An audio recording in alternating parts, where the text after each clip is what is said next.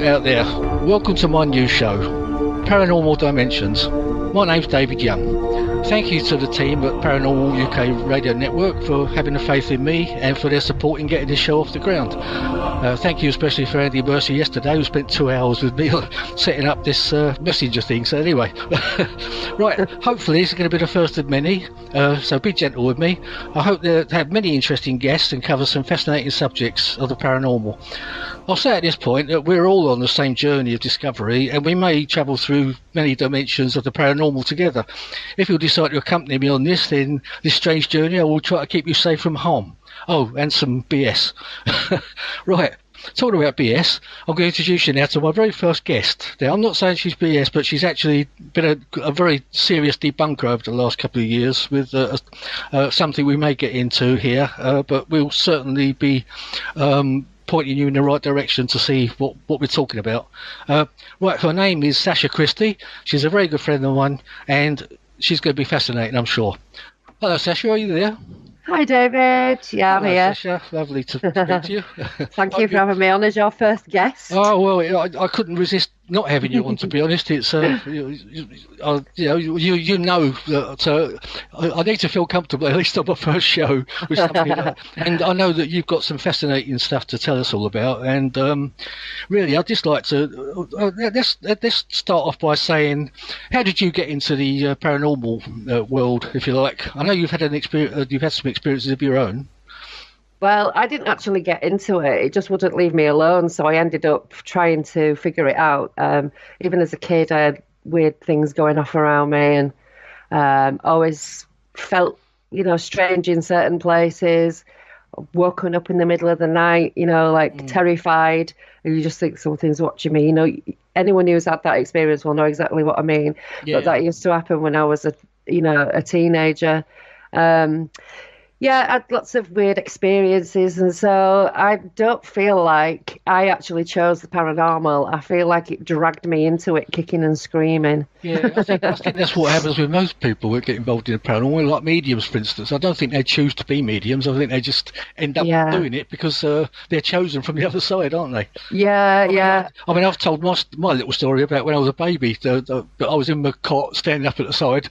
I've probably told you a story before, but a purple mist coming in the door and swirling around the room, and I can remember it going back out the door again. I remember standing there screaming, and my father came in, and I told him, look at that purple mist, and he couldn't see it at all. I mean, really, that was my earliest, and to be honest, I've never really experienced anything else apart from that until my sort of later years, experiences with mediums and things.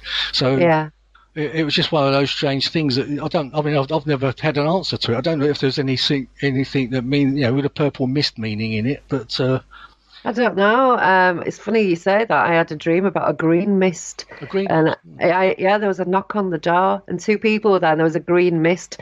As I opened the door, I accidentally breathed some of it in, and then I realised that it was a life form and called it a dirty git and said, "Get out of me." Again, that was a dream. I don't know what's going on. I breathed that green mist in, but I remember when I stayed at your house last year, we did have a conversation about all this, and I think that you're actually quite sensitive. I think we even had a few quirky coincidences as well, but I can't remember what they are off the top of my head now. I think we've all got it in us, haven't we? But it's just a matter of sort of realising what is and what isn't. I mean, the amount of times that I've been meaning to call somebody on the phone, and suddenly there they are on the phone.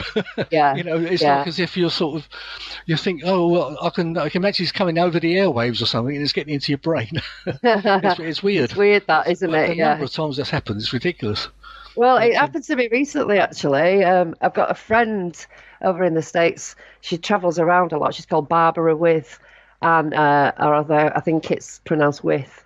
And I met her before any Facebook or anything existed, and we was talking on a forum, a spiritual forum, and she was doing this emotional freedom technique training, so she needed people to do it with. And so I did it with her, and it was called Conflict Revolution. Now, I was in my bookcase the other day, and that's like in 2005.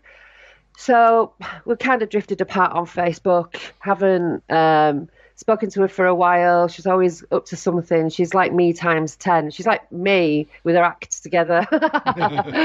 So she's an author, and she'd sent me a book. And I was in the bookcase and I saw the book and I picked it up and I thought, oh my gosh, that just seems like so long ago.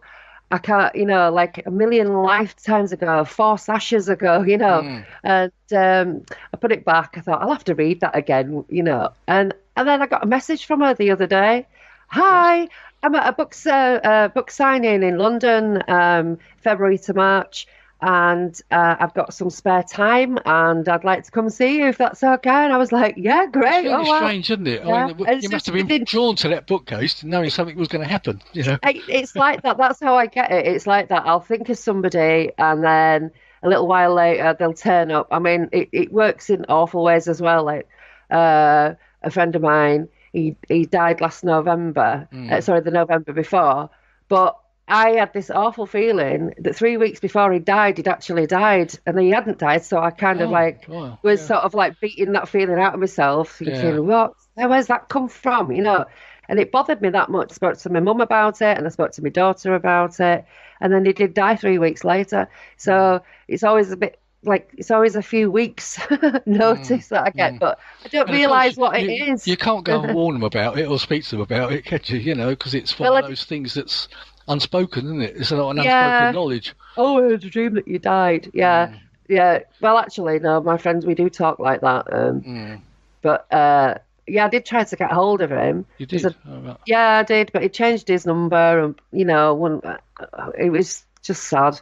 But I do know that coincidink thing happens a lot. Because you lost a couple of friends last year, didn't you? I remember. Yeah. You had quite a sad time of it. There was a few in a row. Yeah, there was family and friends as well. 4 deaths in total. Yeah, crazy. But that's life, isn't it? Death's another experience of life. It's a major part of life, isn't it? Unfortunately. Well, I've lost people from being very young. My grandparents, and then my brother, and then various friends. Through accidents and suicide and all these kinds of things. Yeah, that's awful. So to me, death is just a huge part of life. And I don't know if I've just come to think that because I need to be able to cope with the loss. But I've had too many paranormal experiences to actually think anything other than there is more after we die. I know some people that I talk to really don't believe it. You know what I mean? Good for you, whatever. I'm glad that you've shit out a million times. Yeah. Oh, no, you're a very strong lady because you've been stuffing a lot with your own health, your own health problems, and Well, when life pressures you, you start to perform, don't you? We had all those attacks going on, and I had all that death going on, all these kind of things, and then my health was terrible. My health was terrible because of all the bloody tablets that the doctors had put me on. So I spent during all of that. I was also withdrawing from several tablets. I completely stopped eating meat, eating bread, and no more sugar, and because my body couldn't take the pressure of being trolled. Because my blood pressure went up and my heart was... Did you say controlled or trolled? Trolled, yeah. Being attacked. A bit of both, attempts to be controlled, but no, I couldn't do it because even my dad couldn't tell me what to do. No. It's just continued like that. And what with all the violent attacks that were going on online? It was hard, but now we know that it was worth it because... Oh, we're certainly coming out from the other end of it, wasn't it? Yeah. And the evidence speaks for itself. You don't even have to listen to me, just listen to them. Right. We'll highlight some of it as we go along and point people in the right direction onto your websites and your blogs and everything. We'll make sure everyone knows where to look. I suppose. I mean, I'm quite looking forward to the conference we're doing next year with the Holt returns to Woodbridge. Yeah, that's going to be great. And you'll be doing a big. What shall I say? Expose talk about with all the evidence and showing all the evidence and everything. So that should be very interesting for most people who don't know much about it. Yeah. Well, we've got to set things right, haven't we? Things are out of balance, and so that balance needs to be addressed, and that's what we're doing. And I mean, what's your experience? What are your opinions about most ghosts and hauntings and Oh, etc.? well, I think there's a lot of things going on. I think it's not any one thing. Um, I know you because do some ghost hunting yourself, don't you? I used to ghost hunt and then I started paranormal investigating. There's a difference. Mm. One is when you don't know what the hell you're doing and you're just sort of chasing about in the dark, Yeah, usually emulating following somebody most else. Yeah, haunted. yeah. And the other one's when you actually have got some knowledge in your brain about what it is that you're actually looking for, what the signs are, and how to, be skilled at investigating and get the maximum information that you can. I used to think that I knew it all. So obviously, for a period of time, I wasn't learning anything because if you think you know it all, you're not in a place of learning, are you? Well, I think you'll agree with me. There are no experts in this field or any field to do with the paranormal. There's people who know a little bit more than others, but there's certainly no experts at all. No, because it's not even a tangible thing, is it? I mean, I like old-fashioned investigations, but I actually really like these technological investigations as well. And like the technology that's becoming available, the Connects thing where they can map bodies and how these ghosts are shape-shifting. For example, there's been a couple of times when the stick figure has turned into what looks like a table, and I've gone, oh my God, they've turned into a spider. A little while later, the psychic ends up with a big spider on him, and I was like, that's. Oh, do you think, right? So, okay, what we've got dead people who are confused and lost because maybe they were confused and lost at the end of their life and might not even know that they're dead. So that's the spirit of the person. And a ghost, I would say, is just a place memory, an imprint of energy that some people can see. I've seen a ghost, what I would say was a ghost, and that was, I think was an imprint of an energy that lived or died in a castle, Featherstone Castle. I don't think that was the actual spirit of the woman. I think it was like a place memory. So, and then you've got things like elementals and PK manifestations and poltergeists, which pretty much are PK, but and then you've got things that were human that have now become demonic. Some real negative entities. We've got the shadow people that seem to be from another dimension anyway. And then we've got these portals or interdimensional doorways that are scattered about the place where this phenomena can manifest itself into our environment, and occasionally that involves using people to manifest themselves in this environment. If it's related to, say, the reptilians, for example, that's the one way that they can interact here through us, which is really quite scary. Yeah.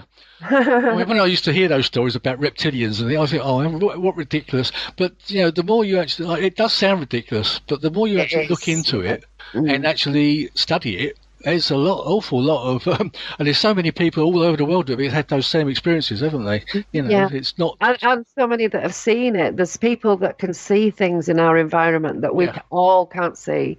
And, I sometimes can see stuff and sometimes I just hear it or sometimes I just feel it. So, I saw two shadow people step out of Jason Andrews at a conference in Lytham St Anne's. He's a reptilian abductee, and I thought my eyes were imagining, it was an imprint of a shadow, or like when you look at something, it leaves a kind of print in your eye. So I'm thinking, maybe it's that. I was looking around, kept looking back, there it was, and then a year later, I met them in the flesh. And up until then, to me, I didn't know if I believed any of it. Even though I was seeing stuff with my own eyes, I thought, well, it's in my head. Maybe I'm generating this, I do question myself. I don't just accept everything blindly. So anyway, I saw this, and a friend who was sat at the other side of the hall saw it also. So that was there, and you're like, oh, Lordy, what does that even mean then? Yeah, of course, yeah.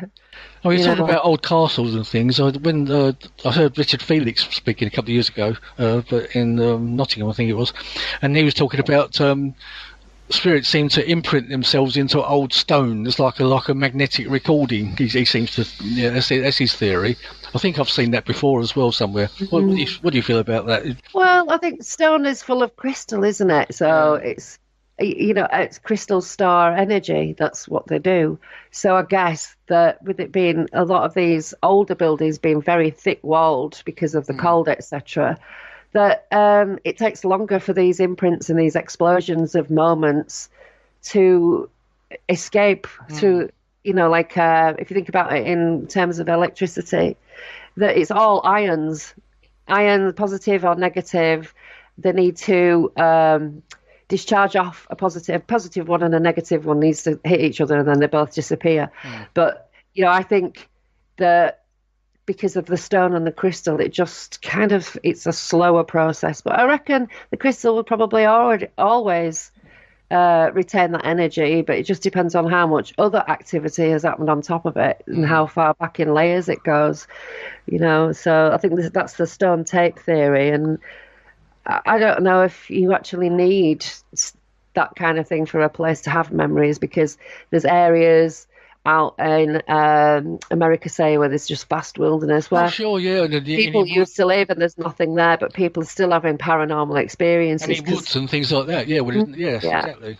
So I don't know that. I think it just depends on the amount of energy that ever went into a moment that's been captured that way. A murder or something, so a lot of energy, it's like a magical rite in a way. Yeah. It casts something, so those energies just don't seem to evaporate too quickly. No, because it seems strange when you hear about Roman soldiers and you can only see them from like the knees upwards or something. Yeah. It seems strange that they're sort of walking on an old level. But you don't see or hear of people seeing cavemen. So No, that's I true. think it disappears eventually. I think it dissipates. That's a good point, actually. I hadn't thought about that. Yeah, you're right.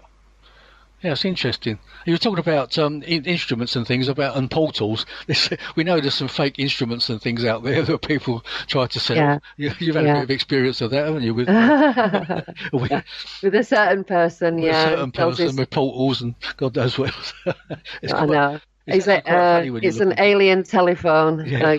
He's the only person that builds these ghost boxes that claims to be able to contact aliens as well as the dead.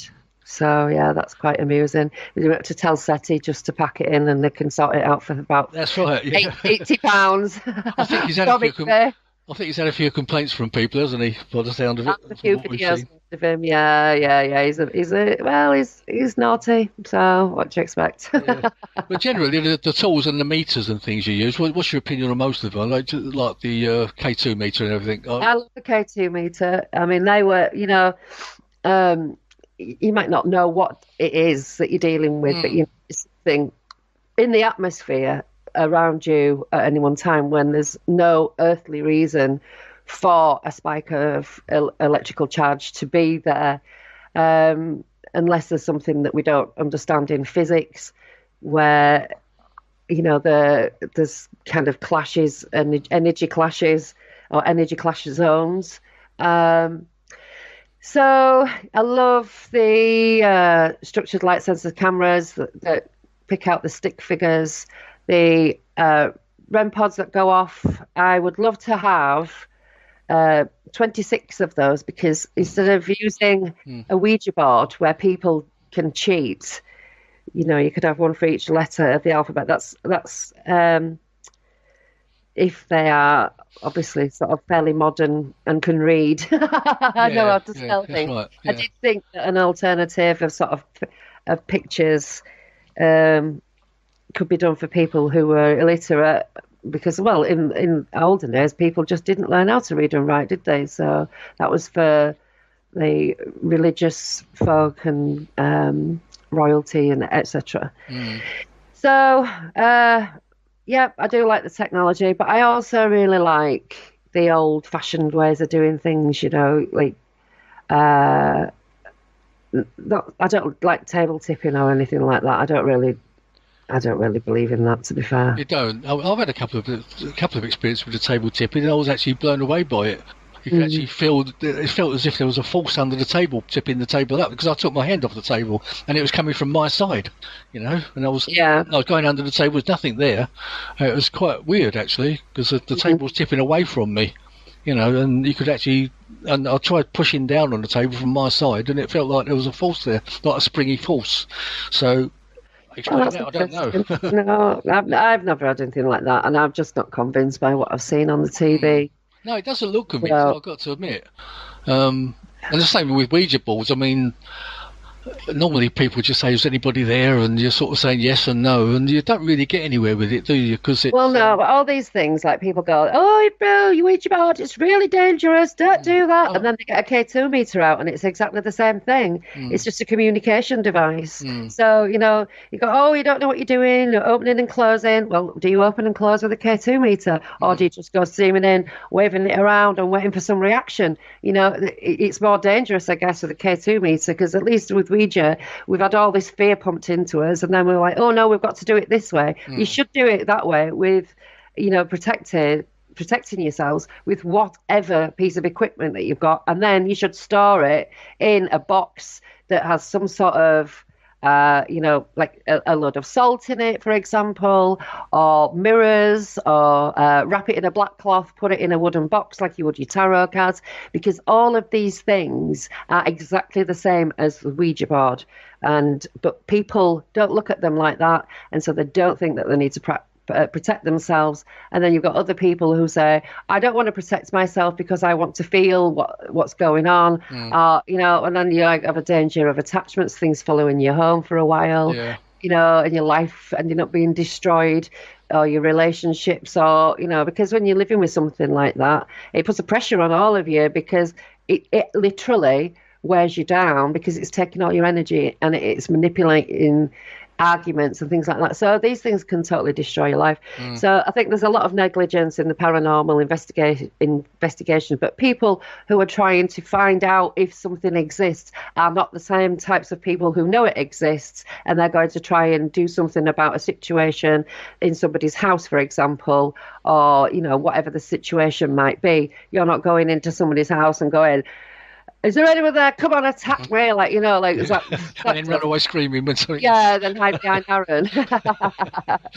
So you don't do that kind of thing in somebody's house, because that's just totally dangerous. Yeah. But that's the nature of it, and I think I learned the hard way, because I was one of those people as well that just thought, no, I've got my family, they're all protecting me, I'm protected by the spirit, because I just am, because I just decided that I was, like an idiot. And now it's like, I lived in the house that was haunted, and we were there for 3 years, and it affected all of us, and we were all in a state of oppression, and everything that could go wrong in my life was going wrong in my life.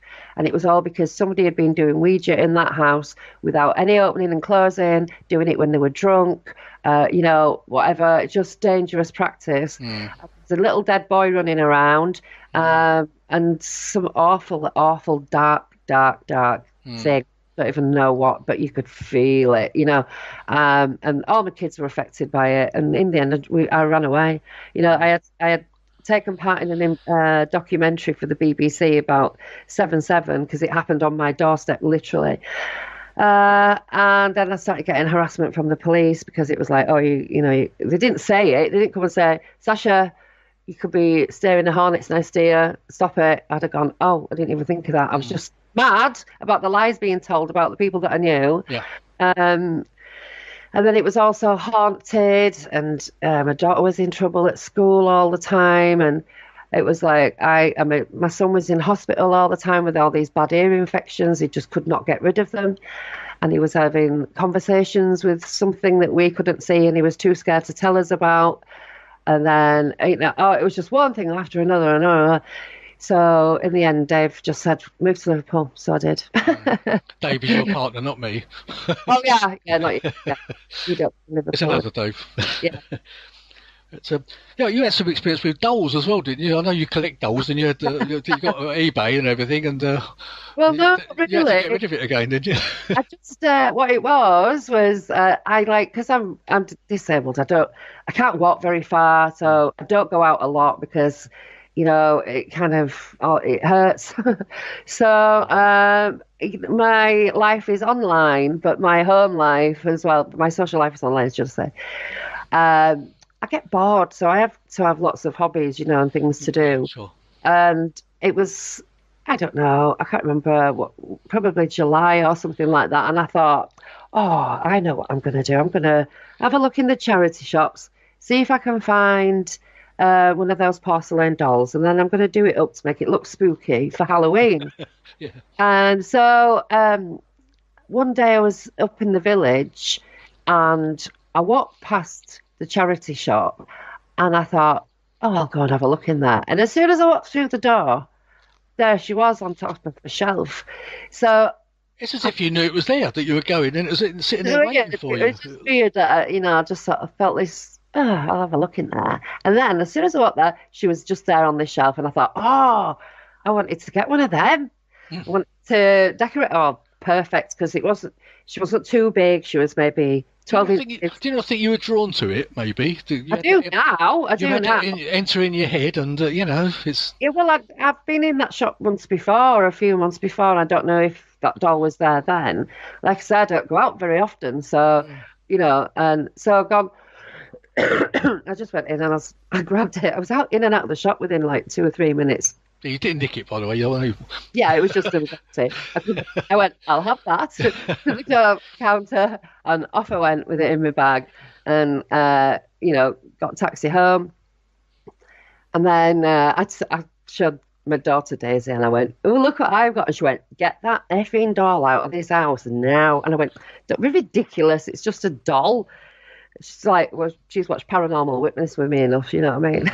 Yeah. So anyway, that night I thought, right, I'll have a look at her. So I took her boots off, and the socks were stuck on, like with years of sweaty breathing or whatever. So they like kind of pulled them off, peeled them off, like, and then I saw on the bottom of them there was a pentacle, not a pentacle, a pentagram drawn on the bottom, one on each foot, and I thought, that's weird, isn't it? Yeah. Oh, I thought, Sacha, trust you, for God's sake, you can't buy anything and just hit me normal, And I was like laughing, thinking, I thought, oh, somebody's just done that, like as a joke before they put it in the charity shop. Then I thought, no, them socks have not been taken off for years. Yeah, that's right. I mean, if it was like a joke, it would be more visible, wouldn't it? So you'd see. But it would have been easier to get the socks off if somebody had just taken them off and put them back on. They were literally stuck to the porcelain. So so I showed Daisy again, and I was like, Daisy, look, ooh. She was like, oh my God, are you joking? She goes, are you messing? So I was like, I said, all right, that is a bit weird. I will concede. But I don't honestly think anything, I've protected the house. Like I've got, it's like a fortress. So, like I put her on my little altar, my thing of destiny. And then I'm not sure how long it was. It was a little while, a couple of days maybe. And then there was, I came downstairs and there were 6 flies on the front door. And they were bright green, like really, really, really shiny bright green. And they were very docile. And I just picked them up and threw them out of the door and thought, ugh, And then I woke up one night, I was falling asleep on the sofa watching TV, but I woke up because I could hear a noise, and I've got on my fireplace all candles, etc. And then the flame on the left candle, which is in the corner, the furthest away from any door or window, which wasn't even open anyway, and it was blowing like somebody had a hairdryer on it, and the flame was like a good couple of inches wide and flapping. It was making a noise like, like something blowing on it, and it was, the way that a candle kind of splutters. And so I kind of like woke up and I thought, oh, bloody hell. And I stood up and blew the candles out because I'm obviously going to go to bed. Then the next day, 6 flies on the door, and the next day, 6 flies on the door, and the next day, 6 flies on the door. And I filmed all this. I kept filming it, and I was like going, okay, here they are again, 1, 2, 3, 4. exactly 6. It And just seems more than coincidence, doesn't it? Yeah, it wasn't 360s, so it wasn't just like 666. It was like 5, I think. It's like 5 days of it. And I just grabbed that doll, I put it in the carrier bag, threw a load of salt on it, just chucked all the boots, clothes, everything. It didn't even have anything on anymore. And then I wrapped it up, and I've got these sealed containers out in the garden, so I put it in there.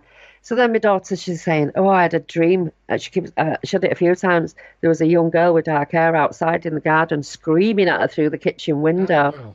Yeah. So I was like, "Oh my God, I don't know what to do with this." I thought, right, okay, this is fate. This is, I'm in a few magical groups. I was talking about that, and they're like, "Oh, I love it. I want it." And I thought, no, there's no way I'm not having a tortured soul. If there's anything attached to this, I'm not giving it to anybody that I don't know in the in the magical communities, because you just don't know what they're going to do, and they're not all good souls, And I just thought, no, I don't know what to do with this. I thought, right, I'm going to put it on eBay. There's like hundreds of haunted dolls on eBay, right? All asking ridiculous money, and I just put it up like 99p or whatever it was, the starting bid. And I thought, this is one of them situations where something's going on that's out of my control, because I don't want anything like that in my house. I have put walls up outside my house that you wouldn't believe, with the substances that I've had to get from New Orleans and things like that, to really kind of like strengthen it, because a house full of like sensitives, we're not all psychics and psychic mediums or anything like that. We just attract it. And there I have something in the house. It's like, no, I've lived like this before. I'm not doing this, not going there again. You can get stuff. You can get the stuff out of my house now. That's it. Boom, over. And so I put it on eBay. It went for about 30 quid, and it cost me about 15 quid to send it. Yeah, I know. That's you know what what I it mean? normally. But I was like, it has to be one of those situations where this doll is going somewhere. Yeah. And a friend on Facebook said, "My friend wants to buy it. What do you want for it?" I said, I don't know. I'm just leaving it to think it's on eBay, right? Go put a bid in. And so he put a bid in, and it went for 30 quid. And it went to this guy who's got $30. So £30 and 30 quid. $30 and £30. I thought that was funny. So he's got all these dolls, and he keeps them in this museum. And they're all kind of got their own little ways, and they all need certain things, and they all get what they need. Right. Oh, well, he's actually got a museum of them. I see. Yeah, he's got he collects voodoo dolls type of thing, does he? Haunted dolls. Haunted dolls, yeah. Attachments. That's a different thing, isn't it, Bridget? Yeah. Yeah. And then, I suppose if these attachments want to leave, then they leave. And if they don't have to. But I feel like, because he was in my, he was actually in my orbit, was this guy anyway, through somebody that I talked to quite a bit. And I said to him, I think she used me like a $5 whore to get to you. But because I do believe that there is something going on around all of us as far as spirit are concerned, with our family and friends, etc., on the other side, that they try to do their best to guide us and engineer situations for us. And I know through various psychics that I've met and known or seen, they all say the same thing, that there's a sword of protection around with me. There's something to do with the sword. All of them say it, and they all say it represents the fact that you are protected. And one that I used to go see that told me everything about my life that I'm doing now, she said, "You are protected and you work for the dead." She says, "You won't even know it, but you do." And I've wondered throughout this investigation that I've been doing and that you've been helping with, if that's what she means, because there's a person that we know that has been, using names of dead celebrities to generate money for themselves. And I said to Ronnie Dugdale the other week, I said, "Do you think that they're all involved in this?" I said, "Do you think that they're all pushing for this as well?" Because the way that things have come to us it's been really ugly and hard. All of the evidence has been like thrown at us pretty much from. You've had to be strong to get through it, really. I mean, Yeah, but the evidence part of it, if it wasn't for the attacks, it would have been easy. It would have been so easy. And I think it just seems that the way that things have unfolded, and I look back and I think that is so weird that it came about like that, and the timing of things, something happens, or I'm about to do something and something happens just before, which totally boosts what I'm just about to do or put out.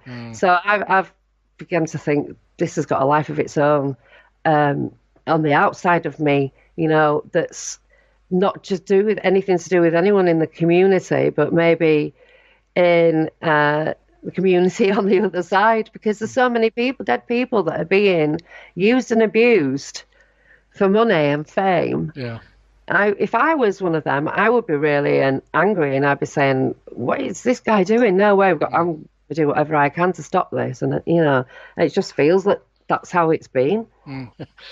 Well, it's not that I've decided to believe in the afterlife. It's like it's been that many things that have happened that it's like, I can't not anymore. It's like it's almost as if I said, I'm not sure.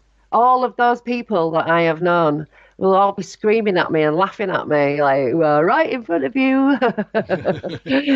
I mean, I felt quite alone a lot of times because of it. I know you did. I mean, at one point I was sort of on the other side, if you like. But I think you understand now that I was looking for the truth in the whole story. Yeah, I believed the wrong side for quite a number of years, as you did as well. I was going to say I did the same thing, though, David. There's been a whole lot of us that have done the same thing, but. And you do get caught up in. I don't think I really attacked you in such a way, but I know you do sort of make messages of support and things for the other party. You're just trying to. You think you're doing the right thing. That's right. Yeah. Everybody.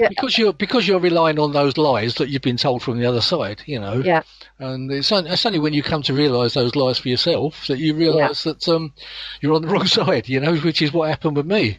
Yeah, well, I thought you were being like disingenuous and hopping around people. And I was like, what are you up to, David? And you were actually doing what everybody should have done and then talk to everybody. Yeah. And then when you realise what's going on, like you did, and like many other clear-thinking people did, they looked at the evidence. Aren't they now? Even we're seeing evidence of it now. Even still, I think what we ought to do, Sacha, is actually clarify for anyone that doesn't know too much about the Rendlesham or known as the RFI incident. Just go through a lot of the or some of the details that are known, and so people know what we're talking about. It was on the 26th. I'll kick it off, and then you can, as soon as you're say most of it. I'll kick it off. It's on the 26th of December 1980, and it was a Boxing Day. In the early hours of the 26th of December, strange lights are seen coming from Rendlesham Forest by an airman, first class, named John Burrows. His law enforcement. Burrows had been patrolling the Woodbridge. Patrolling Woodbridge and was close to the East Gate, sometimes known as the Back Gate. The lights were due east from that location, and the lights were red and blue. The red light above the blue, flashing on and off.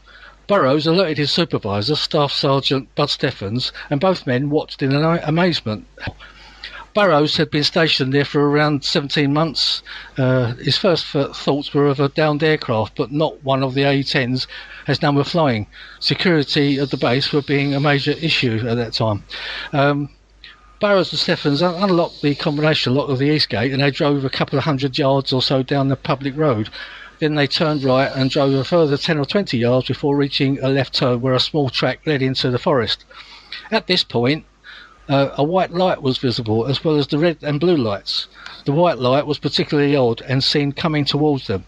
Believing this could be a major security breach, they decided to head back to the East Gate and call the incident in using the landline in the guard shack. As their pocket radios were known to be insecure and susceptible to scanners, Burrows spoke to the law enforcement duty desk sergeant, Sergeant Crash McCabe, and explained what was happening.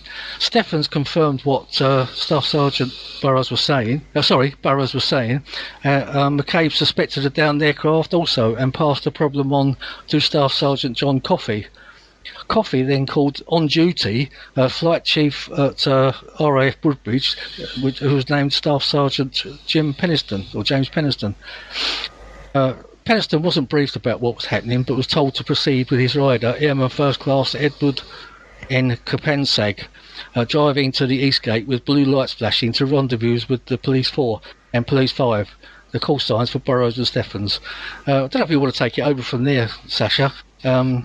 I can sort of interject here and there, and so they're setting off to investigate these lights in the forest. Yeah, and they set up a little relay. So there's Kapensag at the Jeep, and there's John in between, and there's Jim who's headed up front, and he's come across a delta wing-shaped kind of pyramidal object that was made of a dense black material, had coloured lights underneath it. It looked like it was looks like it was above the ground, but then it turns out that there were some markings in the ground which suggests that it was actually stood on some sort of legs, 3 of them. In fact, Jim Penniston was put back by a remark from Stephens. He said it didn't crash, it landed. Yeah. So maybe landing marks, we could call them then. There were indentations in the soil. So, and it wasn't of the entire shape of the object, it was just 3 small indentations. So that suggests that it had legs or some kind of, thing to lift it off the ground. And it had markings on the side of it, which people describe as being like hieroglyphics. And they were etched into the material that it was made from, which kind of makes me think it was made from black cobalt glass, because that can actually retain ions. Yeah, Jim described it as being like a hard glass-like material. Yeah, and it's the only substance that doesn't discharge ions. So you can build a pyramid, and the ions will stack, and eventually there will be enough collected for these objects to actually be able to lift off the ground and take off. I don't know how far or how fast or whatever, but they would be able to gain some sort of lift and be manoeuvrable at least, a short distance from the ground. That's just speculative, but it is based on some sort of physics that I've been reading. Later on, after the event, Jim Penniston wrote in his notebook, "Speed impossible," didn't he? So that kind of ties up with what you just said. But then we've also got to remember that, unfortunately, they were all probably drugged and messed with, the memories messed with. So we don't, I don't think anyone can be quite sure about the speed of taking off or whatever. That could just be a false memory. That's not me speculating. That's been speculated before. I'm not, I actually believe everything about Jim's story until we get to the binary, which I have trouble digesting. But everything about that part of it, when he's stood there and drawing the glyphs that are on the side of it, if you look at his notebook, you can see how he was either terrified or totally pumped full of adrenaline, probably both. I would have been. Well, I was. So you can see that the wobbles indicate his hands were shaking. So, things like that, they're just kind of length readings. We know they saw some lights because they weren't the only people to see it. John says he only saw lights. Jim says he saw the craft. Yeah. So then, this either takes off at high speed or whatever happens, that moment ends. Well, Penniston said he saw Burrows engulfed in a huge beam of light, which appeared to be coming from above. And then Penniston saw what had first been a sphere of light in front of him. Was that under hypnosis? Well, I don't know where that came from. It's I suppose it's his description somewhere. No, it's not in his original state. It's not in his original statement. Isn't it? Not that a beam of light engulfed John and no. Yeah. I think that could be his hypnosis recollections. It could be, yeah. Because this is the problem with the whole of the RFI, is that you get different renditions whenever. But that might be by design as well, though, David. Yeah, sure. That could be that the testing all these kind of mind control techniques and super soldier blah. I don't believe all super soldiers on the internet, but I do believe that the military would actually be trying to create some sort of like RoboCop type. Well, yeah, you never know. I mean, there's a description also of them walking through like a treacle, trying to walk through it, wasn't it? As if, Yeah, as if that would have been the resistance from the electromagnetic field that they were in. John Vasquez describes that as well when he was involved at Fort Benning, which was another incident that was very similar, but 4 years before. And the only way that they could get through this treacle-like wall was by lighting flares, and of course that kinetic energy discharges the ions, which was why they could actually make movement forward, because it would just clear a little space and then they could push forward and just keep blasting the ions. And then they said that he said that they were sat down on the side of the road and looking up and the sky was spinning, and that's another effect of electromagnetic radiation as well in this scalar wave kind of stuff.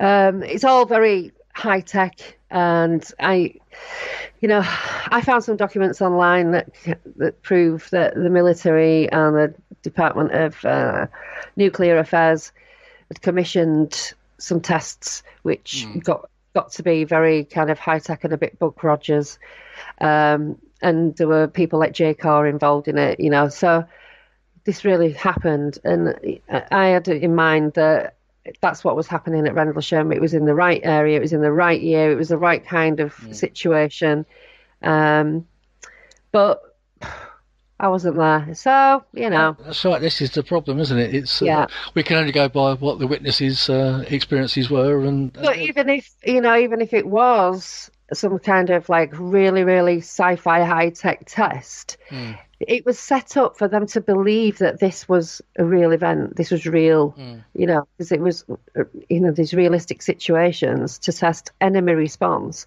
and officer aptitude. So, they wanted to know what people would do in this particular kind of situation. So that is why they were generating the situation, because the only situation that they were not happy or protected or convinced that they were protected was be an aerial attack, say a group of helicopters coming in, holding the base hostage, stealing some nuclear weapons and flying out again. That was one of the scenarios that they proposed that they were not prepared for.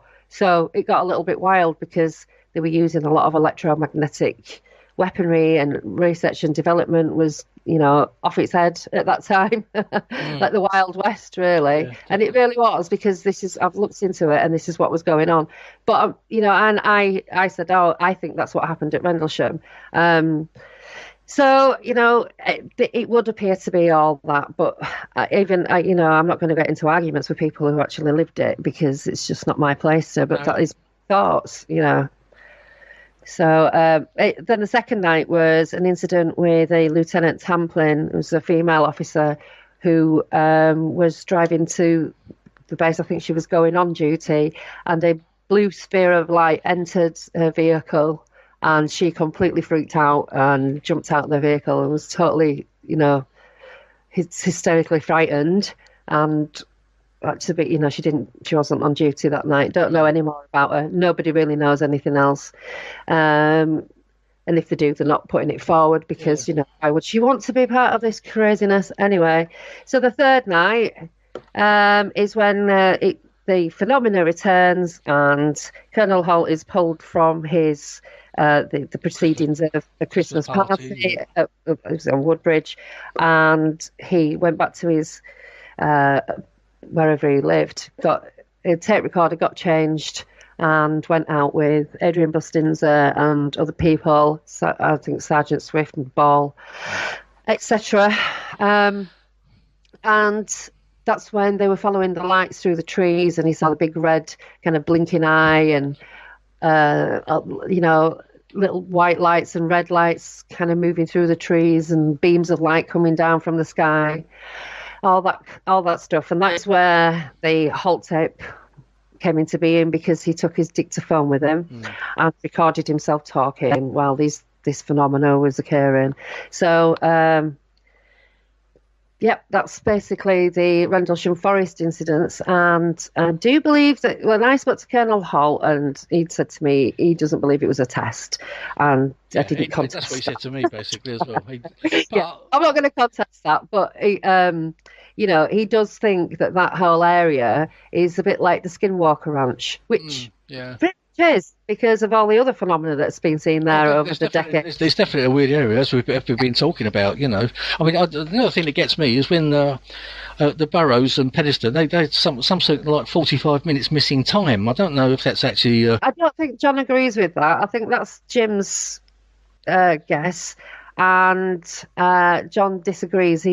I'm pretty sure I read that he thinks it was only a matter of minutes. That was a long time ago, though. That was when we were all talking to each other on the Rendlesham Forest Incident Forum. I'm pretty sure there was a dispute with that. So there's things, you know, but then that could be by design as well. Yeah. When you've had people messing with your memories, well, apparently, you know. John Burrows confirmed that. I've got it written down. Okay. He says, that's right, the Burrows confirms both the missing time and the exact figure. The fact is our watches were behind, and the shift commander said we were missing 45 minutes. Now, John Burrows was supposed to have said that. I'm not quite sure where, but... Okay. Yeah. So then, so that's another little puzzle. We'll have to have a little look into that and find. Yeah, well, like I say, from the research that I've been doing, and not the research into the technologies and weaponry and all that kind of stuff, into the research of a certain person's claims, you know, I'm having to defrag my brain and get to know the layout of it all again, because the things that I thought that happened all in one place on one night actually did happen for the most part, but there were smaller events in different places to different people. Yeah. So I've kind of got to get to know the Rendlesham Forest incident properly for the first time ever, because I believe something that wasn't actually true. So it's, you know, it's an interesting journey. Yeah. It's also like the second incident. Now, I've read, I think it was in Nick Pope's book. He says that second incident happened on the same night as the first incident, but a bit later. So this is where some confusion comes in about the date, I think, on Colonel Holt's memorandum, because I think the date was actually wrong that he put down on it. Has Colonel Holt confirmed that? Yeah. Well, I'm looking at the memorandum now. The dates. Yeah, I know what you mean. Because of the shift changes overnight, I think he might have actually. I think what did he put down? The 27th, I think it was, or something. I can't remember what the exact date was, but there seems to be a bit of an anomaly about the date, the actual happening, where a shift starts in the say the 26th and goes into the 27th. Overnight, it changes, doesn't it, at midnight? So I think that's where a bit of confusion might come into the story. Yeah, because it was all over allegedly by the morning of the 28th, so that's the 27th, the night. Yeah. Which is obviously when this person said they were on their way back from Germany, so they couldn't have been there. But it's all new to me, really, because like I spoke to Ronnie Dugdale on my own show recently, and he told me where Capel Green was, and it's not the farmer's field, and that area has become known as Capel Green now because of the book left at Eastgate, but in actual fact it was not there. It was a small kind of mound. That's what we were talking about, wasn't it? And it's across the street a little bit, across the road. Yeah, a different side to it. Yeah, so it's all confusing to me now. Because apparently that discoloration that's in the farmer's field, which is kind of known as Capel Green, that discoloration was there back in the 50s, wasn't it? So Ronnie sent me a photograph last year, sometime, Ronnie Dugdale, and it outlines the circle in the field, and the photograph was taken in 1957. Yeah, so all these claims about a ship landing. Something has happened there, and it's understandable why the soil samples that Peter Robbins did have come back as there's been some extreme heat, but then it was an area where there was a lot of activity, where it could have been a kiln, or it could have been some sort of ironworks or copperworks or whatever. There are a lot of barrows around there and grave sites.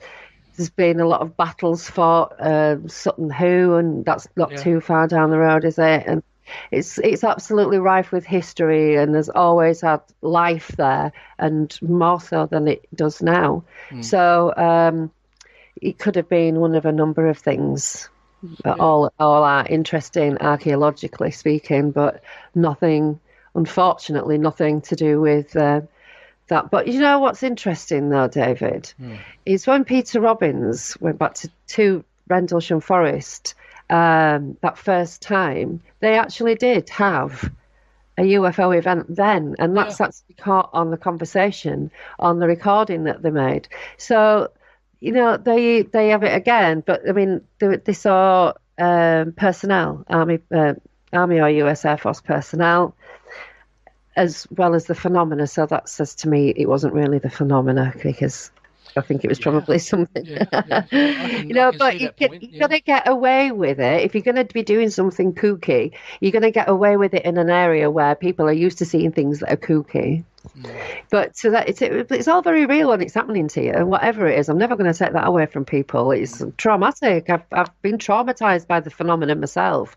I completely understand that, and I even say, and my perceptions was that when we saw this UFO, it was actually aliens inside it, because that's the narrative, that's the pop culture story. You know, when you see these flying saucers, they've got aliens in them. You know, so it was very destabilizing and deconstructing it, over time. You know, at first it was like mind-blowing, but then you don't actually feel that until it reverberates through you. You know, you have all the horrible realizations of and lose your kind of sense of security and sense of knowing of what things are, you know. So you go through that whether it's real or not, because it's your perception. And that could have been some kind of exotic technology that the military in Wales were testing. Well, they did that to us on purpose. They came and hovered right above us on purpose and terrified the life out of us on purpose. So that's just as difficult to accept as aliens, basically. Yeah, I agree with you. And also, I mean, it could have actually kicked something else off, couldn't it? Something interdimensional that, because it's interfered with something, it's brought something else into play. Well, they had the nuclear arms treaty from 79 to 89, which was nobody could use anti-ballistic missiles.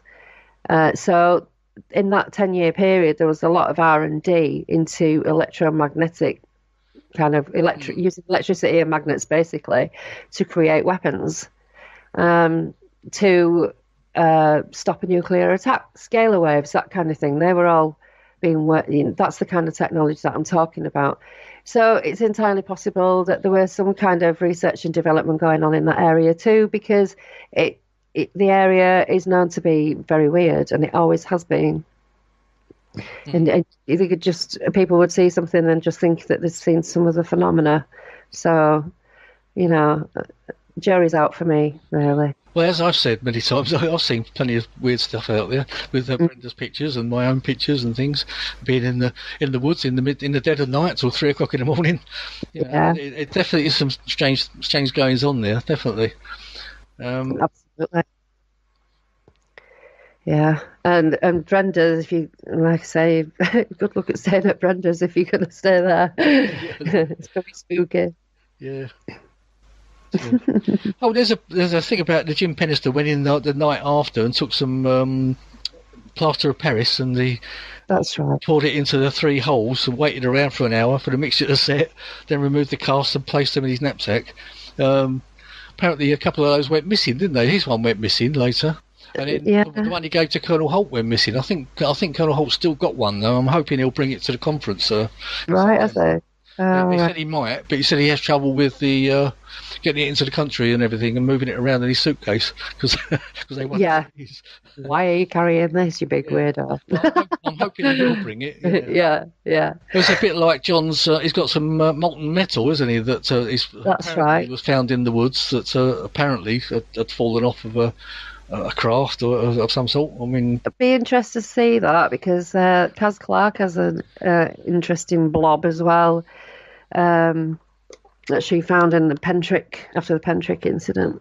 You believe that I know a lot of people don't believe it because of how Kaz is, because she's confident when she speaks, so Yeah. they don't believe her. I think John had that analysed, didn't he? That blob of metal, and I don't think it was. I'm not quite sure what the results of it were actually. I'll Right. have to. I'll have to. I need to get him on my show next time, I think, and have a good talk Yeah. about that.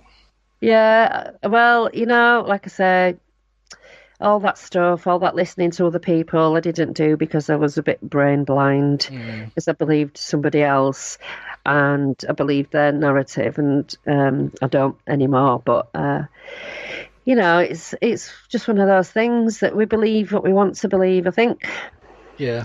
And And as I've said, I'm looking forward to Jim Penniston's book coming out and see what revelations that brings out. And well, I've been talking to Gary Osborne a fair amount recently, and and I've said to him, I just have trouble with the binary. I totally believe Jim. I believe him up and everything that he went through, the objects that was there, but I really, because of how it all came out, yeah, I really have trouble digesting it. But, like I say, I can't say that it didn't happen because I'm not a human lie detector. I don't just automatically know stuff. I'm not psychic, like, psychically determining whether something's valid or not. But we all do this. We're all guilty of it. Even still now, talk to people, and I've learned all these lessons of thinking, I don't know when somebody's lying. I don't know this, that, and the other. And all the people around me that have even helped as well still think that they do. yeah, I You know. can tell just by looking at somebody. So like I said, I'd like to start again with it all and start and listen to other people that I refused to listen to before. Well, our first instinct is to believe people, isn't it? Well, especially when they're convincing as well. It's it's just the way we are. Well, we feel empty after we've been kind of exposed to the phenomena because it kind of changes everything. It removes all of the things that you believed. So when we meet other people like us, it kind of fills us up a little because it's finally we've got kind of like a mirror reflection coming back at us with some sort of validation. So that's and we truly do actually believe what we want to believe, and we totally think that it's right as well, and that we are right, and more often than not, we're absolutely incorrect. What we really need is I'd really like to get Adrian Pistons to come out and say more about what his experience was that night, but it seems that he seems to be afraid. He is afraid. It is, yeah. And I'm not saying afraid of people. He's probably afraid of what he was told. Maybe I don't know. It really got to him. His debriefing really got to him, and the bullet's a cheap thing, and he keeps getting weird phone calls. He has nightmares about. He still gets it now. Yeah. Yeah. So he's kind of like, he doesn't trust anything anymore. So. People are just going to have to be patient. Yeah, but he's not. It's not like he's never going to say anything. He just doesn't want to in the present climate and the way that he feels about it, because it was a very traumatic thing, all of it, and it completely freaked him out. And he's proper like Men in Black situation for him. Yeah. Real life, not book stories, real actual life. So. People are just going to have to wait and hope that one day he will be ready to say everything and be brave enough and feel well enough, or brave enough, courageous enough to do it and take that plunge, even though you still think that possibly somebody's going to come and kill you for it. Yeah. It happens. There's a book there for him, isn't there? One day, if he can take the courage to write it. Well, maybe so. Maybe that'll be the thing that actually starts some healing. But I think he's going to actually visit Suffolk with John and be with Ronnie. But it won't be anything that's advertised or anything that'll be filmed. That's good. That's a good step forward, anyway. Because it needs to heal, and there's been so much dissent in the whole group of people that are a part of it, that it's like, why would you want to get involved in something where everyone's arguing and all they want to do is for you to validate them or disqualify them? It's like that. It's just it's quite a pressure. I won't have to live with it. As I've said several times, I've got a lot of respect for John Burroughs. I've got a lot of respect for Jim. Yeah. I've got also a lot of respect for Colonel Holt, and for anyone that was involved in that. They went through something, and which some of us would probably call hell. With the threats and everything.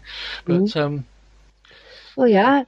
And now I contributed. I feel that I contributed, and I know that Peter feels this as well. That we contributed to the pollution of it, and for me, it's a part of wanting to be able to put that right. Because when you think about how badly it affected everything, then and causing these problems between witnesses because they're arguing over who was where and what happened, etc. Hopefully now that'll change and the lies have been removed. There's a new layout, and then all of the witnesses may one day even be in the same room together. Well, that would be my dream, to get everyone. I've always said that. I said that a couple of years ago. It'd be great to get them all around one table and just talk all out. And but as a witness myself to something very dramatic, I think that first occasion would have to be private. And everyone else on the internet, just because they've got a vested interest in it, they can't say that, well, that information belongs to them. Because these people are all, they're all trying to heal from something. And I've discovered that the best way to heal is to be able to talk to the people that you went through it with. Yeah, I agree. But we all want to know, but probably a lot of it we shouldn't. Maybe it's a private thing. It isn't actually any of our business, even though it's also public. Yeah. But everybody makes it their business, or thinks that they are contributing to discovering what occurred. But there's so many people doing that. There's so many different ideas and theories. So there's many theories as there are people, I guess. It doesn't ultimately help at the end of the day. No. It's down to the witnesses to figure it out between them, and then for them to tell us what they think happened. Yeah. But a lot of the people who've researched these incidents have unearthed some documentation or something of value. So, it's not actually a waste of time, the public knowing, because the public can contribute in a meaningful way. Absolutely. Like I say, we're doing this conference in Woodbridge for Colonel Holt this year, September. The last appearance in 2015 with Colonel Holt, there was quite a hoo-ha about it. Took umbrage to it. Although I was absolutely, really, really pleased to meet Colonel Holt at that particular time. I could understand why people were upset at that time. A lot of people had come from different parts of the country. They've invested into the hotel and their fares and everything else. I was only down the road, so it only cost me like £20 to get in. So but you still felt that you could feel that anger in people. But as you know, and as I know now, I can understand. I think a lot of people have come to understand now that anger was incorrectly focused on Colonel Holt because he was actually telling the truth. Yeah. Or as much as we know, we can tell it. I mean, obviously, nobody can say that Colonel Holt wasn't there because he's the one who wrote the memo. So whether his memories of the actual incident are as accurate as because there are a lot of differences in different people's memories. But all we can rely on is the people that were there, their particular incidents, even if their stories differ a little bit. They were there, we weren't. Well, the image of the events in my head is so distorted because I've always come at it from Warren's perspective, where thinking that all these things happened in a certain place on a certain night. In actual fact, that it's an amalgamation of events that happened on different nights in different places. So to me, I'm right back at the beginning, at the drawing board again, because how can I even say that I know anything when I believed him? Now, I know Adrian's part in it all, and I'm getting to know, I knew quite a bit about what's gone on with John as well. As far as Jim's concerned, with the binary and all that lot, I really left that as soon as it started to, come out. And so I don't even know, excuse me, what has been said or what the binary is supposed to be saying. Well, I'm very interested because Jim's book's out soon, isn't it? So I'll be very interested to read and get hold of that. I'll reserve judgment until I read that. I mean, nobody can deny Jim was there as well. So whether his No, experience that's it. was Jim and John were together, but they both have different recollections as what happened. So. Well, as far as that's concerned, as far as Jim's concerned, I believe everything he said, and touching the craft, walking around it, drawing the symbols. I mean, you look at his notebook and you can tell he's pumped full of adrenaline because they are wobbly drawings. His hands are shaking when he's drawing them. But even the binary wouldn't be maybe so difficult to digest if it hadn't come out the way that it had. And it's holding on to it for so long. That whole thing confuses me. And when Angelia Joyner interviewed him, and he said that he didn't know what it meant, the binary, what the message was. He didn't know what it meant, and then he said he understood what it meant a little while later. So it was like, okay, now I'm confused as to whether you knew what it meant or didn't know what it meant, and how you ended up removing it from your notebook and putting it back in, but forgetting all about it, forgetting it even exists. That's the bit that I find difficult. That but I'm hoping that I will be able to talk to Jim soon. Anyway, I've been talking to Gary Osborne for a while. Yes, me too. I've had quite a few chats with you, Gary. I'd like to actually try and get him on the show if I can at some point. Well, I've talked about Gary coming on the show and with him. No, I want him first. That's on the cards. Fight for him. And then maybe Jim will come on with him. I don't know. I don't know what's going to happen. Well, that would be a bonus. I am like a lot of people who just, it's okay, we're all good till we get to this bit. And then this bit here, it just doesn't feel right, doesn't sound right. So, yeah, I mean, they've got that right of explanation as to why. I think that's we should expect that. I've never spoken to Jim about what actually happened prior to any of that. For the whole night thing, how he ended up out there, and what the sequence of events was. I've seen him and I've heard him. I've never spoken to him about that. I spoke to him briefly in 2010, but then it all went sour on a forum that we were all talking on. So John and Jim did a disappearing act, and then came back to this binary stuff. So he's had his own health problems, hasn't he? Since they all have. All the witnesses that were actually involved have all been exposed to stuff that they shouldn't have been exposed to. And no matter what happens, I've got some thoughts that it could be a staged event, staged, realistic, unusual event to test officer aptitude and an enemy response and base security technologies that were in research and development stages. So I know that this went on some bases. I don't know for a fact that it went on at Rendlesham, but something like that could have been in play. Colonel Holt disagrees with that aspect, doesn't he? He doesn't think it was yes, of course. I know. And, unless he's covering that up, which I don't believe. But also there was a treaty in place for the ban on all anti-ballistic missiles being used to disarm nukes or whatever. There was a nuclear ban. So in that 10-year period from it'll have been in the mid-70s. The treaty came into effect in 1979 to 89. They had to have other technologies that would do the same job. So they got funky with electromagnetism and plasma weapons and that sort of thing. Yeah. And there's plenty of patents and research papers out there to prove in that time scale they were doing this stuff. And they did it at Fort Benning, which is basically a military testing place. Testing the troops, basically.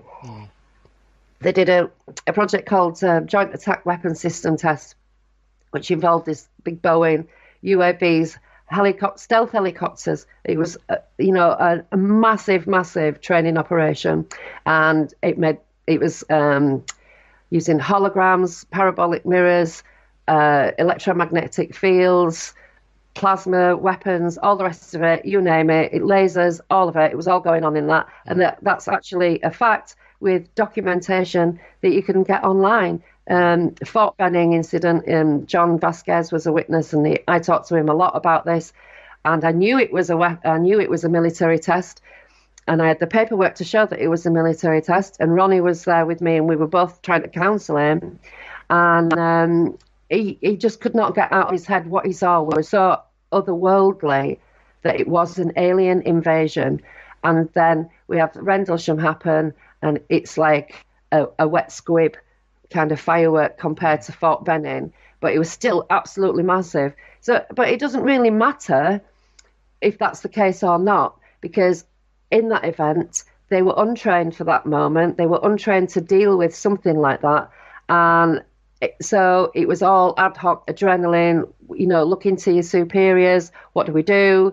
This is, it's traumatic, isn't it, when you have something like that? And then if it on top is going to be even more trauma. So you're coming out of that, not knowing your backside from a hole in the ground, and your head's been scrambled on purpose. But see, what I can't get my head around with that is there was a little light going around in the forest, first of all. How would they know that someone would actually notice it and be drawn out to go and see it? If it was some sort of a military exercise, wouldn't they have made it more obvious? Well, not necessarily. If you refer to James Warrow's research into plasma, So I might try and get James on as well. Yeah, I do. Because he was talking to me about the documents that I found, and I said to him, look, if you want to go down that rabbit hole, look at the attendees, the people that were on the list as attendees, and who were to be sent the minutes of each meeting, and then Google that person's name and put at the end of the Google search patent, CV or thesis, or all these different words, and see what they worked on, and what their special interest was, what their career was, and you will find patterns of they're all working on weapons. Some of them were from JCOR. It's like, this is a big deal, and it happened. It happened on bases. It definitely happened. It was sponsored by the Defence Nuclear Affairs Agency and the Law Enforcement Standards Agency, and it involved the Navy, the Armed Forces, and the Air Forces, and all of the, a multi-agency response enactment, black hat, white hat. That actually happened. There's minutes of meetings after that discuss the various technologies and everything that they've actually completed in these tests. So it did happen on bases somewhere in that time frame, and to me, I find it very difficult to move past that. Yeah, I can understand that. I mean, it proves that the military were playing at UFOs to see what how to control the situation, because it really didn't have any contingency plan for example, what they use as an example was a sort of fleet of helicopters coming in from a private, a billionaire who wants nuclear weapons. They all come flying in, take over the base, get what they want, and fly out again. They didn't have a contingency for that. So that scenario was one of the examples given. But then at the end it said, but we've had some very Buck Rogers ideas.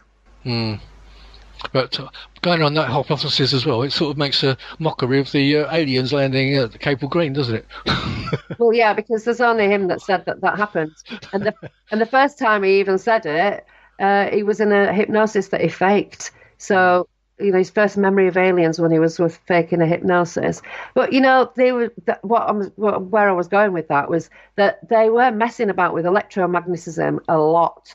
And it was kind of like a bit of the Wild West was Norfolk and Suffolk, as far as tests were concerned. The MOD were throwing cadmium all over the place for whatever reasons. They had radar bases like really close to civilization. Do you know what I mean? It was all going off, and with the over the horizon radar thing that they're doing, Cobra Mist, and then the Gwen Towers, you just don't know what that kind of those clashes of energies that are still in the air are going to create. And people are being told, don't go fishing there, you'll get microwaved to death. So, then where does all that energy go? And what does it create? And does it attract something? Was ET attracted to it? Were they, had something occurred absolutely. Something could have drawn something else in. Yeah, I agree. Yeah. So, I don't know, and I just say I can't help but think that because I've read these documents and everything that's in it just fits the bill. But like everyone says, none of us were there. And for the most part, even the other witnesses weren't with each other, so they weren't ever together. Not the ones that are talking. When they said that they saw or touched or was taken off or whatever, they weren't together. So there's all that conflict as well. That there's nobody there to back the other one up. And like John and Adrian were together with Colonel Holt.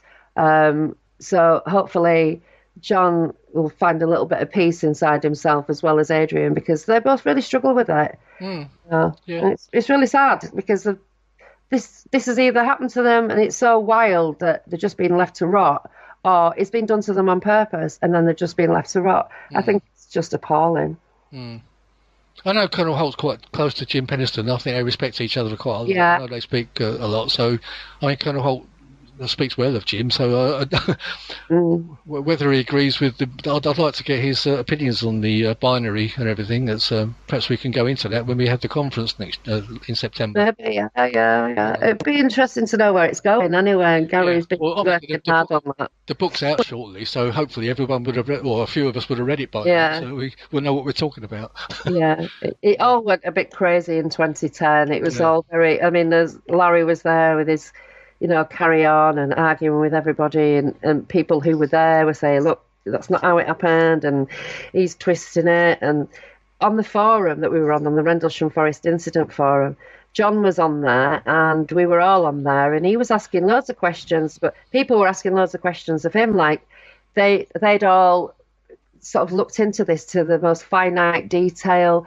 And John comes on and is like, oh yeah, I don't know, I'm just trying to figure it out. And it gets bombarded with like 10 billion questions from 20 different people, all really, really, really like panicky details of, like John wouldn't even know because he's not like he's researched the entire thing or saw everything everyone saw.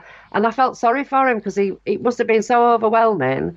And then Jim turned up and then they both disappeared. And then they came back with this binary stuff. And my partner, Dave, was the webmaster and all the rest of it. And when that came out, he just didn't believe it. So he said he thought it was all a scam, shut everything down, and like walked away from it. Yeah, which is a bit sad, really. Maybe he should have been digging a bit more like you would have done this, Yeah, but that back then I didn't do the digging, did I? I just believed blindly, and I fell for all the politics and for the Larry Warren wounded soldier routine. I fell for that. But he was there in my face, and he's very believable. I didn't buy the book, read the book, then meet him. I met him at a conference, and we, it's like you all hang around, you all go for a drink afterwards, you're all like in the same place. So we just we offer both kind of crazy humour and our mad lives. His mad life has been, a lie, but he's had some genuinely mad stuff happen to him. And so it's mine, and we're just like, I thought he was like me because I have PTSD, and I was just learning how to talk about my experience and, getting to know myself again because I've been hiding from this thing that happened that had ruined me. So it was great. It was like, hooray, people who understand me. Yeah, somebody on my wavelength, But turns out not to be true, but I wanted to believe it, you see. I wanted somebody to relate to who'd been face to face with a craft like that. Travis Walton was a million miles away. Anyone else that had been in that position, I didn't know. But there, where was this guy? Where I totally thought, right, yeah, I know his damage. It's the same as mine. You know what I mean? So we do believe what we want to believe. That's something that I have learned very much through this. Yeah. We think that we are human lie detectors. We think we just know. Sometimes we do, but more often we don't. More often than not, we don't. And especially with him, because you can look him right in the eye, and he'll be looking you right in the eye, and you're like, this guy's telling the truth, and you just want to believe it. Yeah. And going back to what you were saying, I mean, there's also lots of experiments with teleportation and things going on, wasn't there? You know, maybe there was some sort of interdimensional anomaly that might have appeared and disappeared, which is what Jim's kind of talking about, isn't it? So Yeah, yeah. I mean, he won't know what it is, obviously, but he's going to have some sort of an idea, his own ideas as to what he thinks it is. Well, I don't know. I don't know about teleportation, but I know that they were messing with holograms and things like that. And they in Fort Benning, John Vasquez was he saw all these little white lights, and they stung him, and it was like being stung by a bee, but it was like plasma bullets, and they were just knocking them out. It's like being hit by a taser. Yeah. And said that they all woke up with these little marks on them, and they were told that they had measles. You know, then there was a force field that they couldn't actually get through unless they set off flares. A kinetic kind of explosion would dissipate this force field, and they managed to get through it. And that's all crazy stuff. That's not good to be exposed to that kind of thing. It's going to fry your mind. It's going to give you heart problems, all the rest of it. In fact, he died of a stroke, did John Vasquez. But anyone who thinks that what I say about Rendlesham is out there, you would need to read about the Jaws tests and read his book, Fort Benning Incident. Yeah. That is just like wild. But as you know, you'll agree with me, Rendlesham's a very weird place anyway. There's still weird things going on there, which I mean, as you know, Brenda Butler, I'm talking about now, she takes some amazing pictures of these shadows and orbs, and I mean, I've taken them myself when I've been on some of the night walks and that. Me too. And there's been there's some tall tales as well about giants, and which I'm kind of on the verge of not believing now. But I don't know. I mean, well, that to me just makes it an ideal place to do something like that, because any of the locals would see anything and they would just think that it was the phenomena, because it's a bit like that round there. So, you know, people would just kind of see whatever and just brush it off as another bit of, oh, well, there you go, it's Rendlesham Forest though, isn't it? It just makes you wonder if there's something that feeds on your imagination and makes you imagine things. I don't know, but it's certainly a weird place, I can guarantee that. I love it. I love going there. It is a weird place. It's got a massive history of death anyway, from, you know, many years ago, Saxons and Normans and... And just for people listening out there, I actually live about 20 minutes away from Rendlesham Forest, so it's actually very near to me. Well, there are barrows and burial grounds and all kinds of ancient things. It's one of the earliest Saxon areas, settlement areas, I believe, around this area. Yeah, you can tell by the churches because they have them square tops, not spires. It's a fascinating area. Oh, it's beautiful as well. It's Anyone so gets the chance to come to this area. You're driving through the villages and there's pink and yellow cottages with thatched roofs, and you know, any American that comes in, it's like, imagine having a thatched roof in America. Yeah. No way. All the Americans I've heard that are based here, they loved it. They loved it being in this area. You know, that's why. It's very picturesque. Yeah, it's and it's by the coast as well, so that's good. You're not far from it, and a big atomic station as well. Well, that's nice and sexy. Which is down the road, But also that actually made me think, well, you know, if you wanted to do some crazy stuff with big magnets and large you know, amounts of electricity, then just being a few miles away from a nuclear power station would be quite useful, wouldn't it? Yeah. When I've been in the woods, actually, we were talking about K2 meters before, a couple of years ago. Our friend Chris, before he died, we were in the woods, and it was going from red. You know, it was going right across the top of the lights. You know, it was going right to red and back again, and just disappearing. So normally, if you got some sort of a field, it would stay red all the time, wouldn't it? You know, not go up and down like it was, which is a bit that's a bit strange. Well, yeah, I've had electrical interference on photographs that you can see. You know, like it's been when they have lines, like you've taken a picture of a screen. So I don't know how that could be out there. Why would it affect cameras? It's very weird. Yeah, yeah. I mean, I've taken pictures. I've taken most of them are all come out black, and all of a sudden you'll get one that's absolutely full of orbs, and then you take all pointing the same way, all taken within a few seconds, and then they'll be black again. So I really can't explain what that is. I mean, people say it's moisture drops, but wouldn't that be on every picture? Yeah. Or dust reflections? It would be on every picture as well. Yeah, but I mean, outside in that, I really do not. Orbs in cornfields, orbs outside. It's like, no, sorry, there's too many particulates in there. Yeah, and I really, yeah, the mists interest me because they just suddenly appear. You can feel them on you, and the mists often give off an electromagnetic field. So, and often they look like something, like an alien, or there's one that Brenda took. It looks like you can often kind see, of a wraith on horseback. Yeah, you can often see faces in the can't you? That's another strange anomaly. Yeah, but they are very well defined images, and so I don't know. I kind of think there's something weird to that. I don't know what. I wouldn't like to sort of even postulate, but I've had some weird moments down there. I mean, when I stayed at Brenda's house, if you stay at Brenda's, good luck. Just her house is haunted, and there's definitely a greys around her. Definitely the greys.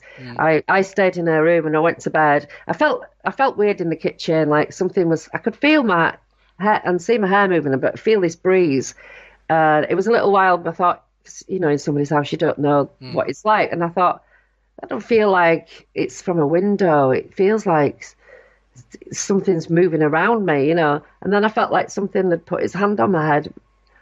And I was like, well, that's a bit weird. So I mentioned it to Brenda, and she went, oh, yeah, it's all, well, it's just my house, isn't it? So I went to bed that night, and this is how superstitious I am. I had a rosary bead that I wrapped around my hand, and I put the cross in my palm, and it was wrapped around my hand 3 times. And then I had a crystal under my pillow. And then I got to bed and I was sort of snuggled down, falling asleep. And I felt the top cover slide off. Oh. So I just grabbed the edge of it and pulled it back to me. And then it kind of was pulled back again. And I sort of pulled it to me. And then it got snatched out of my hand at a really high speed.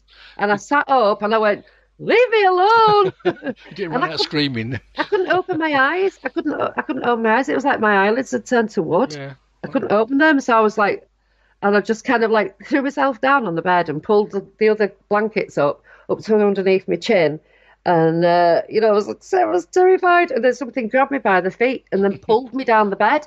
Yeah. But there was a brick wall at the end of the bed.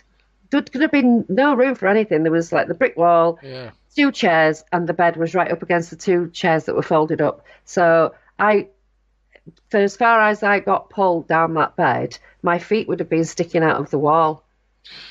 Right. So I was totally freaked out by that. Yeah. Absolutely. The next day I got up, the rosary was off my hand. It was under my pillow, and the crystal that was under my pillow was gone. And Brenda never found it. It was never in her house. I never saw it again. Isn't it weird? Very. I've heard that story a couple of times. It still sends shivers down my spine. Oh my God, it does my head in. Yeah.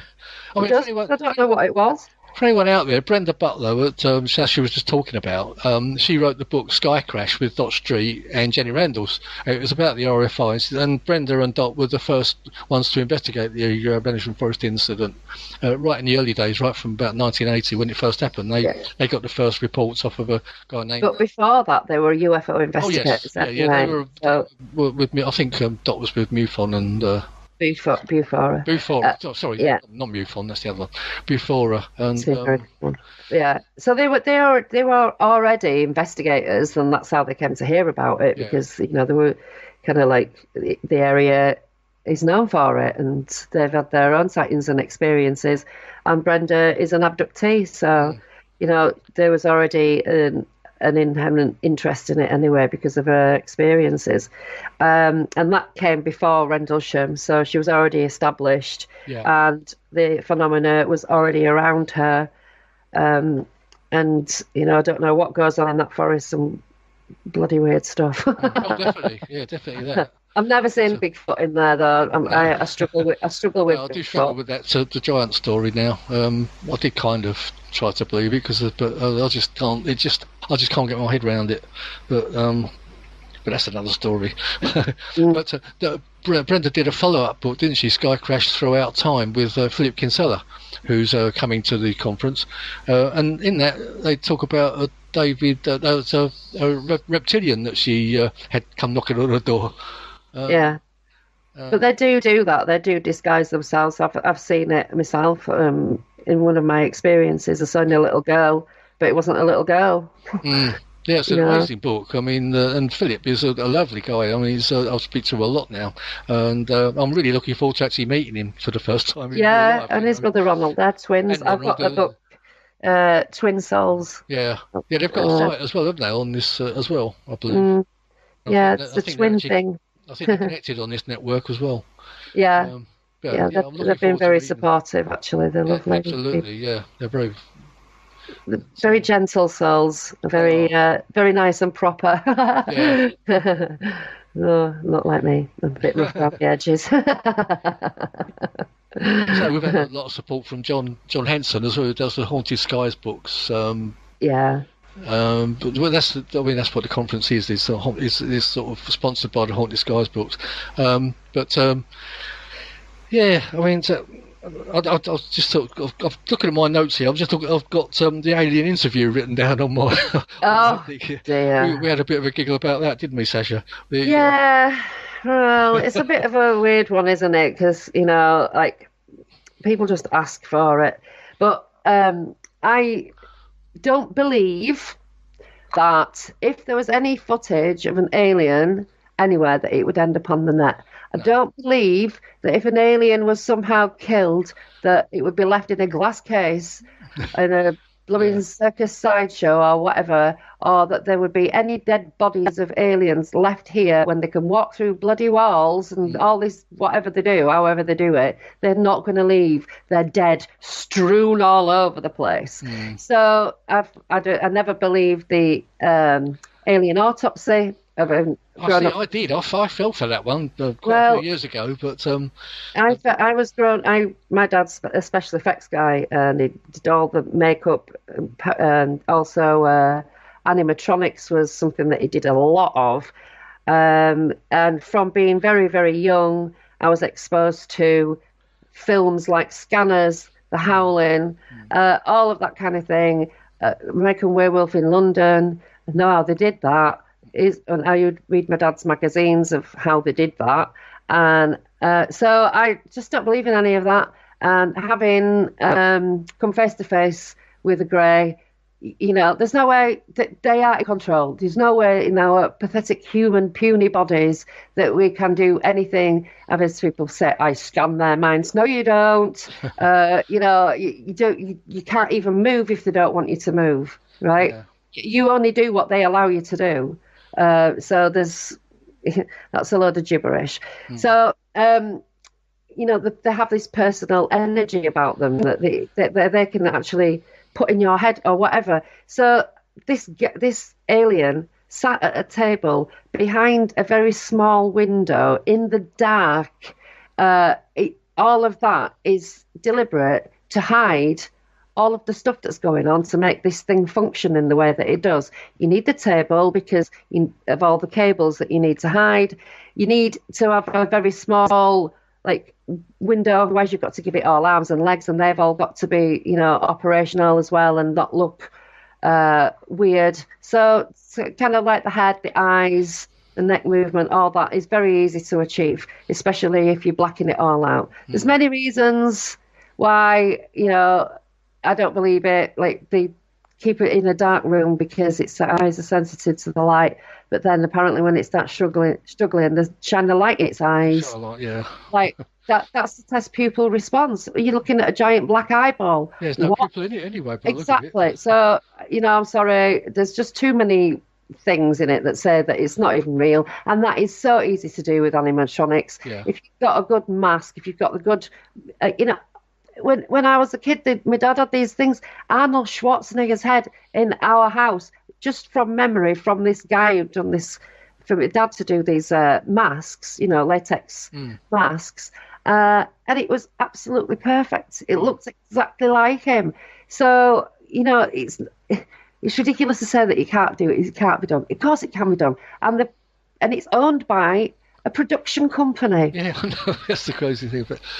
But for not believing it, we've just been subjected to constant haranguing. Yeah, we just say, well, go along and get on with, you believe it if you want, and take your friends away and believe it. But do what you want. But you believe just get insulted because you don't believe it.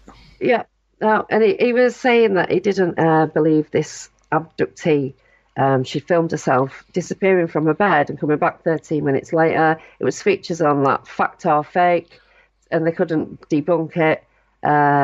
The footage is on a DVR that NASA had to write a program for to get it off, and they confirmed it had never been taken off, never been interfered with, all the rest of it.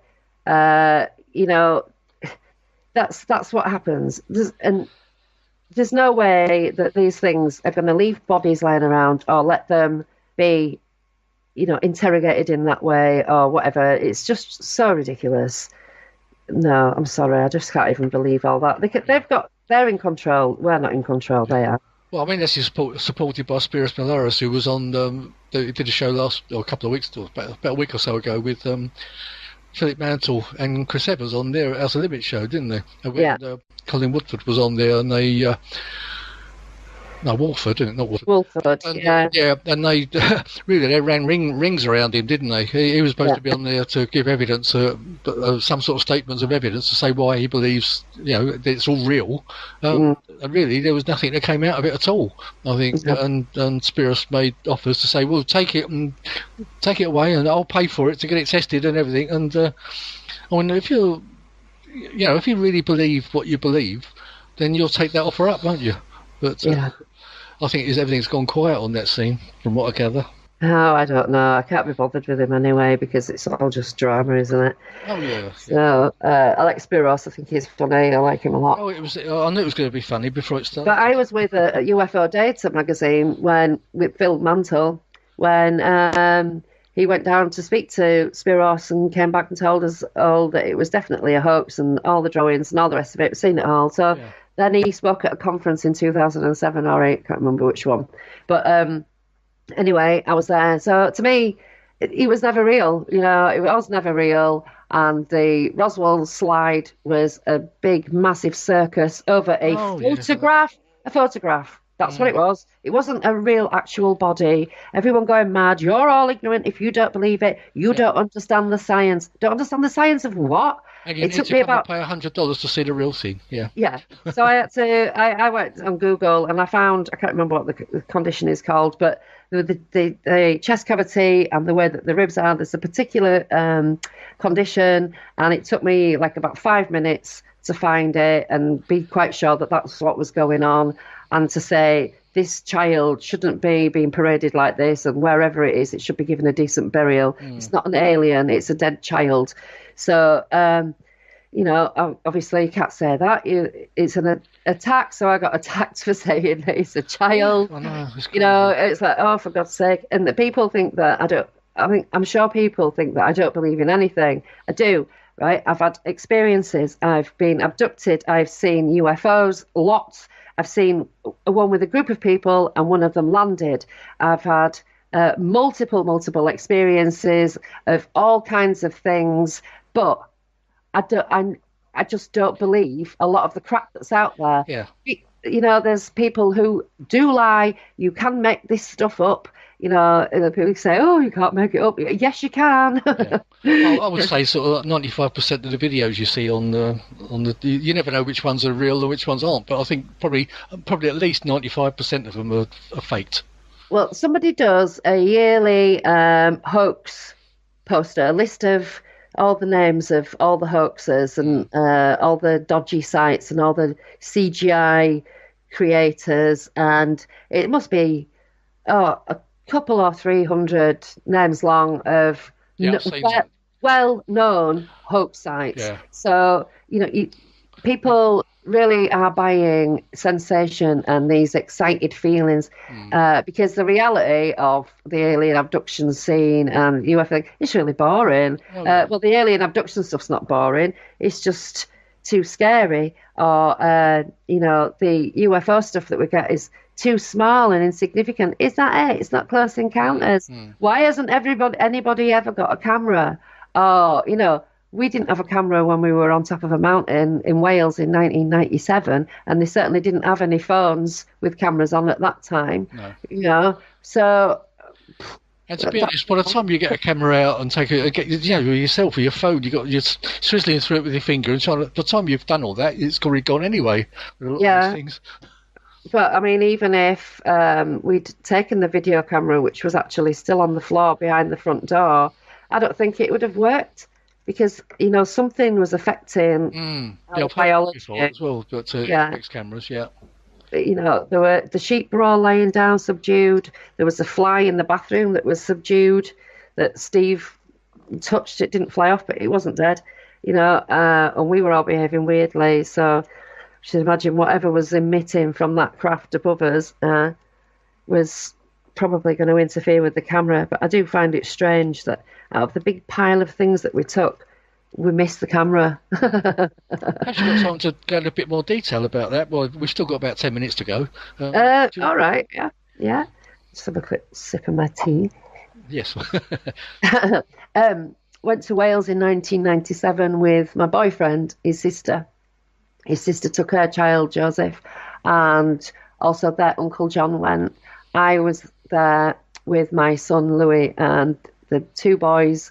Louis was about 6, and Joseph will have been about 5, maybe 4, about a year and a half apart in age. So gone to this little cottage in February because it's cheap and it's nice to get away. Wales is beautiful and it's also lush and green and hilly and quiet and nice, so you get these really good bargain deals in winter months in these cottages, so that's what we did. And then on the Saturday night, I was going to go get a bath, and Steve was washing up, and he got in mind to go and look outside and look at the sky, doing a bit of UFO spotting. Us guy watching, he thought, oh no, it's cloudy, they won't be able to see anything. And then he said that his brain said, yeah, but they use clouds to hide. And so he decided to go out and have a look. And then after however long, he spotted this flickering light off in the distance, as far off as you could see, basically. I don't know what distance that is across the sky when you're on top of a mountain. Especially when you don't know how big it is that's coming from. Isn't it? Yeah, well, I know it was pretty big, but it was far away. I don't know how many miles. I used to think that was probably about 20 miles, but apparently it's not. So however far away the horizon is, there. And it was moving off to our right. Well, Steve called me out, and I'm leaning on the wall. I'm going, I can't see it. So I ended up looking along his arm, along his finger to where he was pointing, and then I saw something that I thought was lightning. And I said, I think it's lightning. And he said, it's not, watch it. So I kept watching, and it was coming on, going off, going off. And it was exactly the same every time, and lightning isn't. So it was moving and just flashing, and then it stopped. And it started getting bigger because it was coming towards us, and it zigzagged over. I don't know how long it took. It was slow. It wasn't in any rush. And it kind of went behind the house and in front of the house. And as we were all out by then watching it, and it came to be literally right over our heads, over the house. And, the central circle of light, it was the typical kind of thing, central circle of brilliant white light that you could look at. Didn't hurt your eyes, and everything it touched was, the light touched it went blue. So everybody had a blue tinge to them. All the walls of the house had a blue tinge. Everything had this blue tinge. My son said that a hand had come through the hedge and touched his foot, and that it wasn't his imagination. He saw it with his eyes, and he was terrified. So I said to Steve, let's take him back in. But a little while before that, I noticed a strobe light on the side of the house, which was to my right and slightly behind. I kind of saw the flash, so I looked. It was orange strobe effect. And I looked behind, and there was a sphere on the ground, probably, I don't know, it's hard to remember exactly, but maybe it's tall enough for somebody to stand up in. But it was emitting this like grey white light every other second, like pulsing quite slowly with all this mist sort of surrounding it and rolling around. And so we took the kids in because they were getting scared. John was, I think, struggling with it. He'd said it was the Aurora Borealis at one point, but then we found him chopping into a door frame with an axe in the shed, distracting Joseph, but I think he was equally distracting himself. He was saying, "This is how we chop the wood, Joseph." And I think he was just scared, and the kids were scared. And I think the children had the right attitude about it, whereas we were all like in awe, you know. Steve said he started to get nervous. But you start to get nervous, you should be like, "Oh my God," right from the very onset of it. What the hell is going on? Not like, "Oh wow, look at this. Whoa, this is interesting. Oh, how awesome." Yeah. And then, so we took the kids back in the house, and Steve went straight to the sink and started drying the dishes that he'd been washing before he went out, even though they must have been dry. We'd been out there that long. And John and Daniel went to sit back in the front room and watch TV, and the children went back to the bottom of the stairs where they were playing when Steve had shouted me down from upstairs because I was in the bedroom. And they all just went back to doing what they were doing before, like fireworks were over. It was like, oh, it's a bit, you know, I thought, chuff this. I said, I'm off back outside. And nobody went, don't do that. Or I didn't think it was a bad idea. I was just like, oh, they're being weird. Not the situation is weird. They were behaving weirdly for the situation. This I knew, and that was all I knew. And I walked out of the house and walked up the full length of the garden to where we were stood before, with the sphere on the ground behind me and this bloody craft above us, which I could only see about 60 feet of it. But as it was coming towards us, it was rippling like a big giant jellyfish through the clouds with all these lights that were flashing. And so we just seen this. I was just underneath this, and I heard something run up behind me and bump into my back, and it kind of, as it ran past me, it sort of tugged my jumper as it went, you know, like if somebody brushed past and got caught on you. But to my immediate left, there was a brick wall, so I don't even know where it would have gone. But then, you know, I didn't even think that at the time, because I realised that I was running, you know, after I'd started. It wasn't a case of, oh my God, I need to get back to the house or anything. It was fight or flight. I've had that. Boom, running. And I couldn't see anything. I was completely blind. And I just ran. I thought I was just running. You know, and no control, and got into the house and said, Steve, something's just run up and touched me. And he just looked at the clock on the cooker and said, well, you haven't been out there long, so you haven't had any missing time. Like, you know, because that's normal as well, isn't it? Yeah. So my head went at that point, and I just totally was like, close all the curtains, shut all the doors, blah, blah, you know, like barricade ourselves in, basically. I don't even know. I know. I've never got over it, David. I mean, that was the PTSD moment for me. That did you ever talk much about it afterwards between you? And do the kids still remember it? And yeah, the kids remember it. I don't know about Joseph, but everyone else remembers it. But we all drifted apart, and so Louis remembers the lights in the hand, and not much else. But you know, obviously, I remember what I remember. Steve remembers what he remembers, which is, I was hoping that when we found each other after 13 years. That he would say, oh no, it didn't happen like that, it was just this. But it was like, no, that happened. Yes, that's what I remember. This is what I remember. And Daniel was like, this is what I remember. And it's like, we all remember the same things, and how big it was and all the rest of it. I thought I must have exaggerated it in my mind. Why was it so low and still in the clouds? Well, we were on a mountain. To do, isn't it? You can get false memories when you try to think about things again. And well, I tried to bury it and not think about it. Try and reduce it down to its like smallest component, so it's not overwhelming. But it just never stopped playing in my head. Every single day, every day, all day, it was just there in my head. And after 8 years, I just I'd broken my knee. I'd ruptured my knee. I've had 4 operations on my left knee, and it's still knacked. But I was bored and bought a computer because I couldn't go to work, you know, and ended up talking about it on a UFO forum because I couldn't contain it anymore. And I thought, you know what, I don't care. I'm just going to make up a silly name and I'm going to go on and I'm just going to tell what happened and then maybe I'll feel better. But it all just erupted from there. And that was 25th of June 2005, the first time I ever said anything about it to anybody on the internet. Yeah. Well, to me, that should be in a book. I mean, in some ways, that's kind of even as exciting as the RFI, isn't it? The Rendlesham Forest incident, when you think about it. Yeah, it's and I didn't realise what kind of an unusual and rare event it is because, I was aware of the UFO community. I'd already seen something as a kid, so I was sort of interested. And you read all these stories and like UFO magazine, etc. And you think, oh, well, they all know what's going on and then they'll be able to help me. So I came to the internet to try and heal. And, it's been quite a journey. But after 13 years, I think I've found my feet now. And it's kind of been normalised, even though it's so abnormal. Just being able to talk about it and have other people around me who have like mirror feelings from their event and similar events, it's kind of made it feel less abnormal and made me feel less abnormal.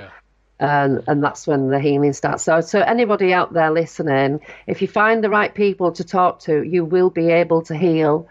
But it's and the key word there is the right people, because there are quite a few charlatans out there. Well, because the other thing is the well-meaning people who say, oh, well, if that's happened to you, then you will have been abducted. And when they abduct you, they put things up your nose, they put things in your hand, they put things in your spine.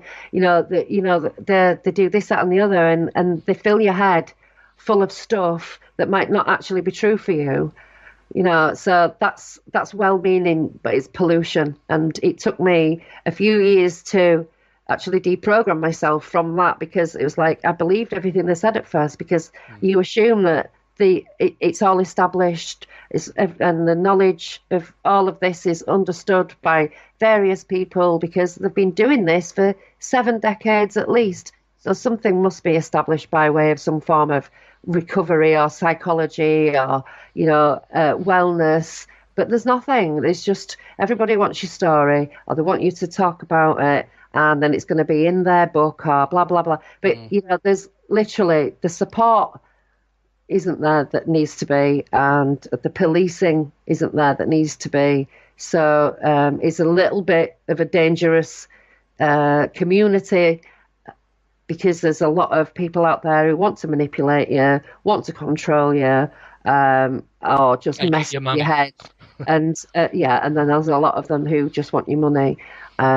So it's very hard to find out who's who, because as soon as you come on the scene, all the people that you should actually avoid are the ones that will present themselves to you first. That's right. So, just don't trust everybody, or don't trust anybody, actually, and until you feel that you're talking to somebody who actually really does get you. I mean, even then, it's still not guaranteed that they're going to be legit, and there are a lot of very convincing layers, and we don't see it in other people because it doesn't exist inside ourselves. So we're not thinking, is this guy out to, shaft me, because you don't think like that. No, that's right. Well, I hate to cut you off, my darling, because we've run out of time. I wish we could go on longer, but it goes quickly, doesn't it? Yeah, we're going to be running into the next show, I think, if we're not careful. So, Sacha, it's been a great pleasure. Thank you very much for coming on and telling us all your stories, and maybe we can get you back on again sometime and go into some deep stuff. But, and it's an honour to have been your first guest. Thank you. It's an honour for me to have you on as my first guest. Thank you very much. I really appreciate it. And I'll say goodbye to you now, and thank you again. Bye, everybody. Bye, David. Well Bye, done. Sacha. Thank you. Bye, love. Right, just to finish, if you want to check out on Sacha Christie, you can Google her, and I'm sure you'll find a lot of her blogs, and it's Infomaniac you'll be looking for. Not anyway, I'm going to say goodbye now to you all. Thank you very much for listening to my first show, and hopefully we'll have another interesting guest for my next one. So I shall say goodbye, and don't forget, sleep with one eye open. Bye bye now.